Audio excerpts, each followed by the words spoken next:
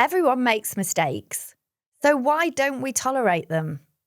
I'm Diane. And I'm Rebecca, and this is Headflex.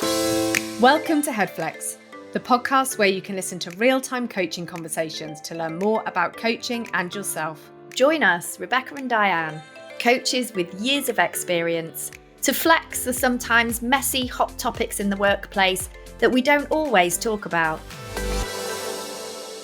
In this video, you'll find out about the healthy side of mistakes, what happens when good leaders and managers get it right, and how to use failure to your advantage.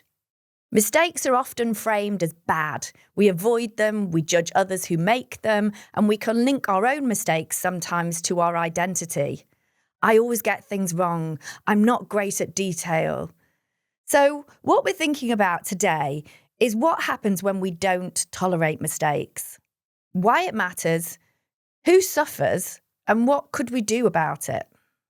Yeah, good questions, right? I'm looking forward to this one. So I suppose let's start with, why does this really matter, right? Because we make mistakes. So why does it matter so much? Yeah, and I think it's not really the mistakes. It's actually how those mistakes are viewed and treated by others. And I use the word tolerated because often in some environments, they really are not tolerated. It is not okay to get something wrong. It is not okay to make a mistake or an error of judgment.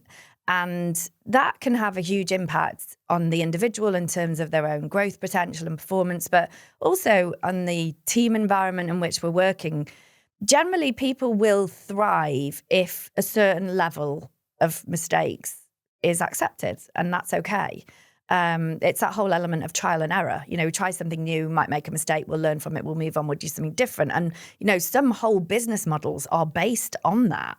And the opposite, of course, is in place too. So when mistakes are not tolerated, when judgment ensues if a small error is made or something doesn't go quite to plan, that's when people can become quite stuck. And that's when a business actually can become quite stuck, because no one's able to maybe take those small necessary risks that we need to move on and progress. Yeah, absolutely. It's almost like this kind of underlying fear, isn't it, that's playing out across the organization. And it's really difficult to let go of that, isn't it, in those situations. I mean, I've coached a number of people over the years who are struggling to be themselves in their new area of employment because they're holding on to the fear of their previous employer, where mistakes weren't tolerated, like you were just saying, where, there was a real consequence to making one particular mistake, and therefore they then carry that over into their new employer. So yeah, it's really important, isn't it, to think about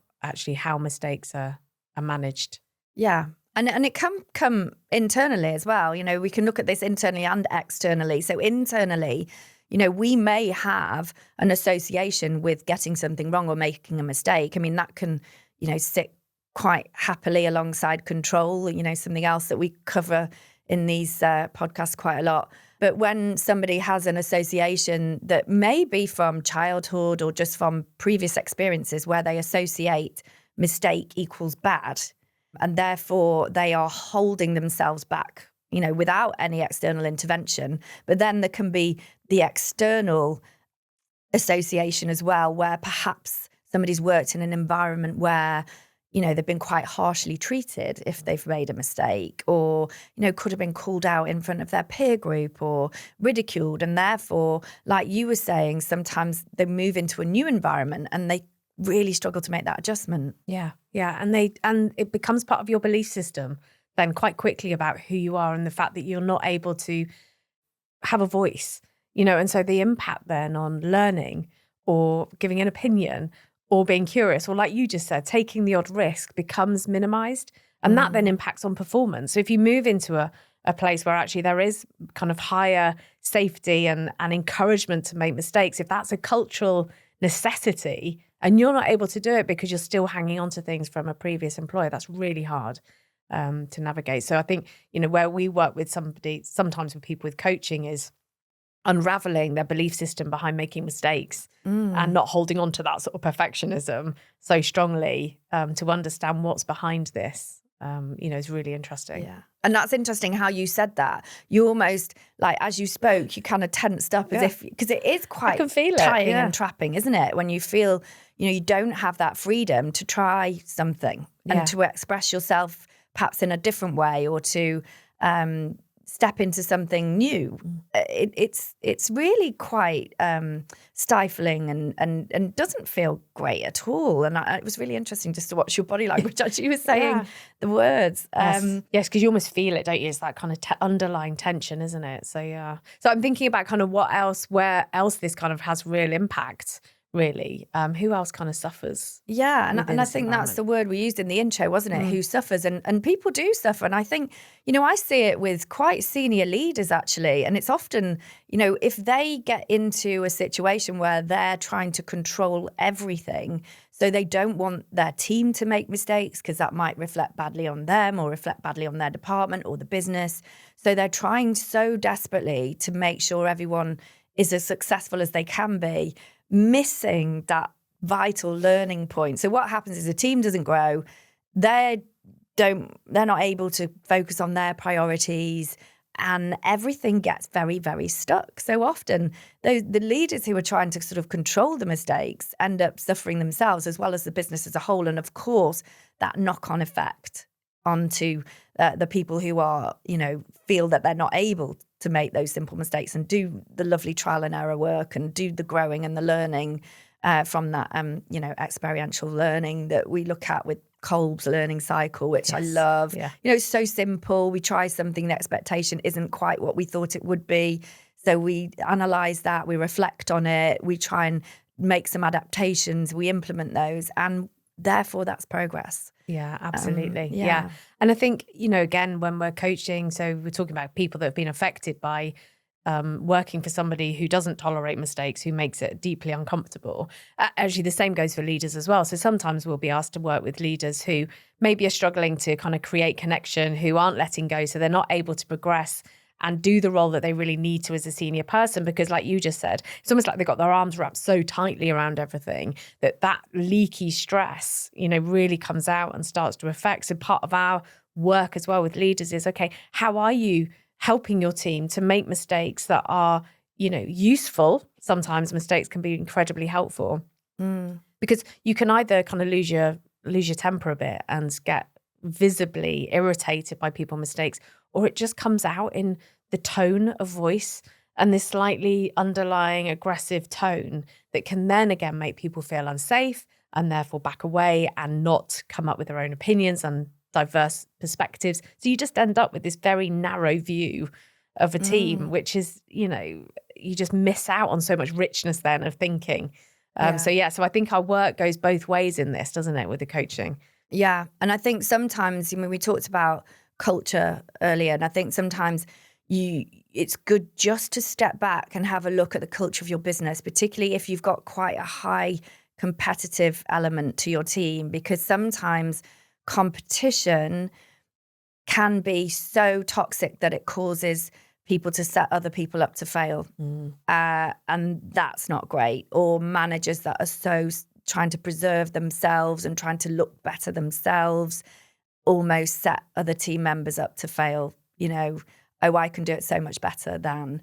And that's kind of the bit of the flip side really to this, is almost being pushed into failure rather than discouraging failure. And that can be, really detrimental to both the individual, but, and their confidence particularly, but also, to the development and the performance of a team as a whole. Yeah, absolutely. Well, that we talk about it, don't we, as kind of ripple effects out. So you've only got to have a few leaders that those behaviors then ripple out to everybody else, and then everyone else, it's almost like this, it starts to be catching. Yeah. And everyone thinks, okay, well, I've got a behavior like this and mistakes aren't okay. And so it just becomes learned behavior in an environment. So that's where, when we work with teams particularly, and there's been this experience of them not necessarily performing well, it's that internal competition that then means that they don't think well together because they're always competing rather than thinking and challenging. And so I think it's a fascinating, it really is a fascinating subject. It's interesting because I think there's that element there, isn't there, of setting others up to fail so that you look better. which is tough. And as a leader, look out for that, and sometimes if someone's particularly successful, we let that go. And it's that balance, because you need that balance between being able to feel free enough to take the risks, but also, not pushed into something through, perhaps not great leadership really, or not great dynamics between the team. Because I think sometimes, particularly in sales, we talk about rejection. And I've seen it very often with people that are quite new to sales, is that they really, they do great work, and they're learning their craft, and they're doing really well, and they're building great rapport with whoever they're selling to, whether that's a business, whether that's a retail customer, for instance. However, they get so fearful of the rejection that they really struggle to close the sale. And so you have to almost get to the point of view where you say, no, rejection is good. It gets you closer to the next one. And also, asking those questions, it's an action, which we know the action will build the confidence, so that they're much more comfortable getting to that point in the sale where rejection is possible and that might happen, but rejection needs to be reframed that it's not failure. And sometimes that's how it can feel. And actually there's a big confidence lesson in all of that as well. That's a great example, isn't it, of how, actually that piece around confidence and how this feeds into that, and then how you think about the mistakes in a different way, actually, about kind of, okay, it was getting you closer to the next deal. Let's think about, and again, go back to that Kolb's learning cycle. What are you learning from it? What might you do differently? That state of reflection on mistakes rather than beating yourself up, back to my classic, self-compassion. But again, there is something around, okay, what might I do differently next time? Who might I ask for help? Because when you're fearful of making mistakes, we don't then ask for help. No, and I think that's really interesting. And that probably pushes us along, doesn't it, to think about, so how could we do things slightly differently maybe?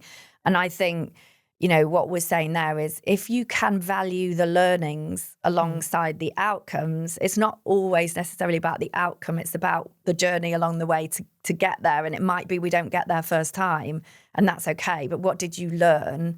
And what did you learn about yourself, about the process? What could we do differently? What did we learn about how we're working together with each other? That didn't go well. We didn't make great decisions together there. Why was that? Why weren't we thinking well together? I think it's really interesting if we value what we learn as well as we value what we're aiming for. Yeah, absolutely. And I think there's something interesting, isn't there, then about identity, really, because quite quickly we can build an identity about ourselves as being, a bit of a failure or somebody that makes mistakes. And equally, I think others can also create identities about somebody. So if somebody's made a few mistakes, often you can get into that cycle then of how a manager treats somebody, how they feel, therefore impacts on how they perform, then how others perceive them. And so you end up in this vicious cycle because the focus has been on the few mistakes they've made, and that then forces more kind of watching of the micromanaging, and then the performance just drifts and drifts and drifts. So if there's a, we talk about that Jim Collins quote, don't we? If you've got a problem with somebody, look in the mirror first. It's because I think when that does become a cycle and it becomes ingrained in someone, that's when we get that sort of link with identity, isn't it? I am a failure versus I failed. Failing at something is okay. If we're then holding that as quite a deep-seated belief of I am a failure, then we're really starting to associate failure with our own identity. And that's when, things are starting to unravel a little bit. Yeah. So I think there's something around that, if we are able to celebrate effort, celebrate putting the work in, celebrate actually we tried. And there's some lovely work, isn't there, by Amy Edmondson around, sort of categorizing failure. And the sort of, I can't remember the exact terminology, but I think the really kind of bad failures, the things that we want to try and avoid as best we can. But there's something that she classes as intelligent failures, and it's about encouraging the intelligent failures and the effort that we put in to try to achieve the result that we were hoping for. So I quite like looking at it like that. I really like that. And I think, it's kind of dangerous saying like, everyone can make loads of mistakes and it's absolutely fine and we can continue like that. It's not that. It's brilliant. It doesn't matter. We don't need to give good quality work. It's not about that. It's setting really clear expectations about what's expected and minimizing mistakes and errors and things like that. But actually, I love that idea of intelligent kind of failures, really, where you're encouraged to take a risk, to push things slightly, to be better in your thinking. where it might not actually all evolve into the place that you want it to, but it might have taken you down a different avenue, or it might have created much more team connection, which means you then think about the next project much better. So, that whole idea of psychological safety is so at the heart of this, isn't it? That safe to fail environment. And that's really what we should be creating as leaders and managers is an environment where it's okay to fail, as long as those are managed failures. Yes. Not just everyone get it wrong all the time, that's fine. Yeah. As long as we're learning and growing along the way. Yeah. Lovely. Absolutely. There's that kind of cultural basis, isn't it, of what do we mean by mistakes and failures, and how do we do that? And then that becomes a narrative internally within your culture, which, I love the idea of. It's really important. I've worked with creative agencies. I used to work in them. I work with them still now. You have to take risks. You have to be pretty punchy in your ideas and your thinking to stand out. And so the idea of how do you create that, they're quite fascinating teams to really look at, to see how they actually push those boundaries, take risks. And stay safe together, and with the clients as well. So there's lots of stakeholders involved in this sometimes, about how do you collectively take risks, and how do you see kind of failures. And being in an environment where you are confident to do so, put yourself out there and put your ideas out there. There's a lot around that, isn't there? Absolutely. Yes. So I'm thinking maybe we should get people to do some of their own thinking at home about this, and the impact that maybe this subject's really had on people. Yeah, I think so, because it does extend into lots of different areas of people's lives, and I guess not just your working life as well. So time for our self-coaching questions. So each episode we offer 3 coaching questions to help you self-coach on the subject we've discussed. A time to pause and think about how you can use what you've heard today in your working life. So question 1, what could you do this week that might result in failure? Question 2, what past failures are you holding on to and not letting go? And question 3, how could you support healthy failures in your organisation? Perhaps this week, notice your own attitude towards making mistakes. Are you holding yourself or anyone else back for fear of getting it wrong? Please comment below and share your experiences of healthy failure that might help someone else. If this helped, please subscribe to Headflex and follow for more.